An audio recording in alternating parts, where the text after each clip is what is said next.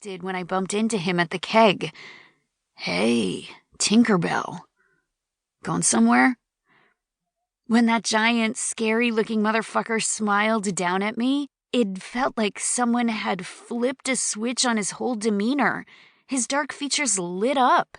His eyes twinkled with some inexplicable recognition, and 2 adorable dimples broke through his tough exterior. He looked at me as if he'd been looking for me. Before I even finished apologizing for our collision, the bass player simply chuckled and tucked me up under his arm. Click! I fit like a puzzle piece. Then he steered me into the living room and plopped me down onto his lap. And that was where we'd spent the rest of the night. 2 happy rockers, marooned in the middle of the Gothic Sea. "So what's your name, Tinkerbell?" The dimple-cheeked devil beamed at me, nonchalantly rubbing a slow circle on my thigh with his thumb. "Bibi!" I croaked. I cleared my throat and tried again, forcing myself to meet his gunmetal blue gaze. "I'm Bibi. Hi." "So, Bumblebee, why were you in there getting your own beer?" I smiled and rolled my eyes. "Well, who else was gonna get it for me?" he interrupted with a grin.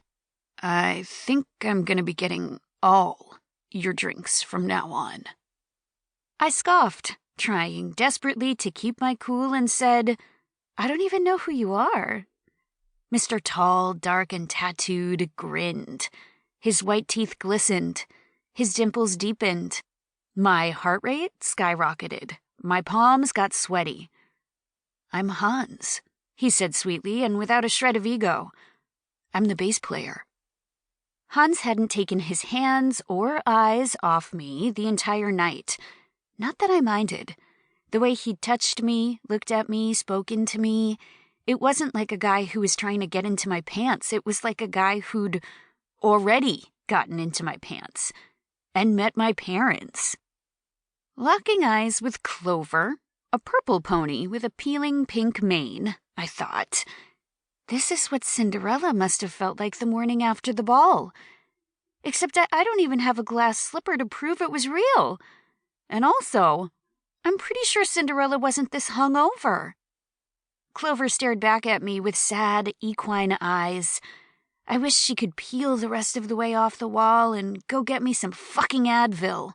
My head was pounding. Groaning, I pulled the pony-covered polyester comforter up under my chin and rolled over. Onto a body. I screamed and scrambled backward, realizing a moment too late that, with 2 people in a twin-size bed, there was no backward to scramble to. As soon as I felt myself falling over the edge, I reached out and grabbed the first thing I could get my hands on. It was an arm. And it was covered with the stuff of nightmares. Hellraiser and Jason and Freddy and Pennywise sneered at me as I clawed at their faces, trying to keep from going overboard. The arm flexed and jerked away from me, but I held on for dear life. The motion yanked me back onto the bed, where I landed face first, with a smack, on the bare chest of my unexpected roommate. Laughter, deep yet boyish, vibrated under my cheek. "You scared the shit out of me," the beast chuckled, wrapping his tattooed arm around my shoulders and pulling me in closer. The gesture and the warmth from his body turned my insides to goo. "You scared the shit out of me," I giggled, smacking him on the chest.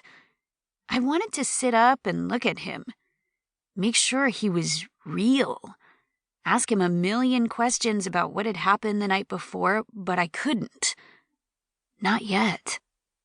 I needed to let him hold me first.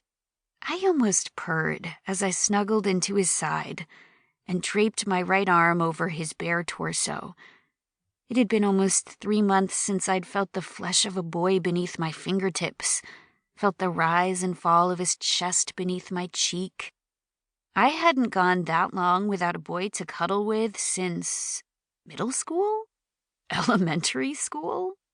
As far back as I could remember,